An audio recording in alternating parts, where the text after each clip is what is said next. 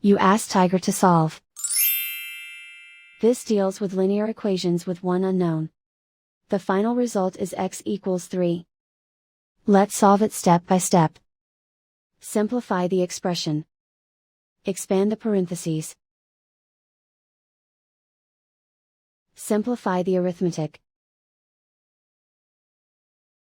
Group all x terms on the left side of the equation. Subtract 3x from both sides. Group like terms. Simplify the arithmetic. Group like terms. Simplify the arithmetic. Group all constants on the right side of the equation. Add 4 to both sides. Simplify the arithmetic.